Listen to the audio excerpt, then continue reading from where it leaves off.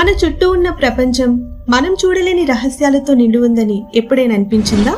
ఒక సాధారణ కుటుంబం, ఒక పాత ఇల్లు, మరో లోకానికి తలుపులు తెరిచే రహస్యం. ఇదే ద స్పైడర్విక్ క్రానికల్స్ కథ. ఇక మెయిన్ స్టోరీలోకి వెళ్తే, జారెడ్, సైమన్ అనే జంట సోదరులు వాళ్ళ అక్క మలోరీ తల్లి హెలెన్తో కలిసి పాత ఇంటికి షిఫ్ట్ అవుతారు. ఈ ఇల్లు స్పైడర్విక్ ఎస్టేట్ అని పిలుస్తారు మరియు ఇది వాళ్ళ మామయ్య ఆంటీ లుసిండాకి చెందింది. ఇక్కడికి వచ్చిన వెంటనే జారెడ్కి ఏదో వింతగా అనిపిస్తుంది. గోడల వెనుక నుండి వింత శబ్దాలు, అజ్ఞాతంలో కదులుతున్న వస్తువులాగా ఒకలాంటి ఫీలింగ్ అనిపిస్తుంది. సో పిల్లలంటే ఖాళీగా ఉండరు కదా.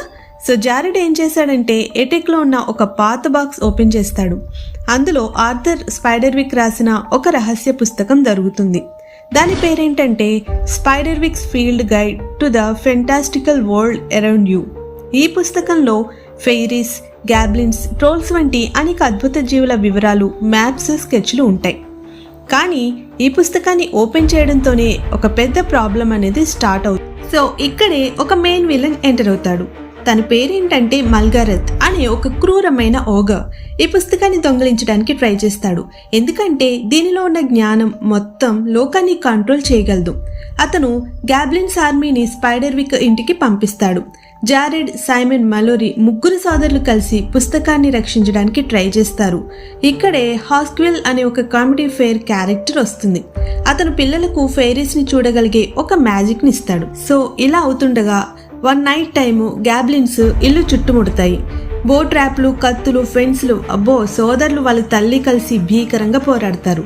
కానీ లాస్ట్కి మల్గారెత్ పుస్తకాన్ని దొంగిలించేస్తాడు. కానీ జారెడ్ తన తెలివితో అతని మోసం చేసి బుక్ తీసుకుంటాడు. ఓగర్గా ఉన్న మల్గారెత్ని పక్షిగా మార్చేస్తాడు. ఆ వెంటనే ఒక గెద్ద లాంటిది వచ్చి దాడి చేసి అతన్ని తినేస్తుంది. దీంతో విలన్ స్టోరీ ఎండ్ అవుతుంది. ఇక వీళ్ళ ఆంటీ లుసిండా చాలా ఏళ్లుగా ఆసుపత్రిలో బందీగా ఉన్నప్పటికీ ఆమె తన తండ్రి ఆథర్ని చూడగలుగుతుంది.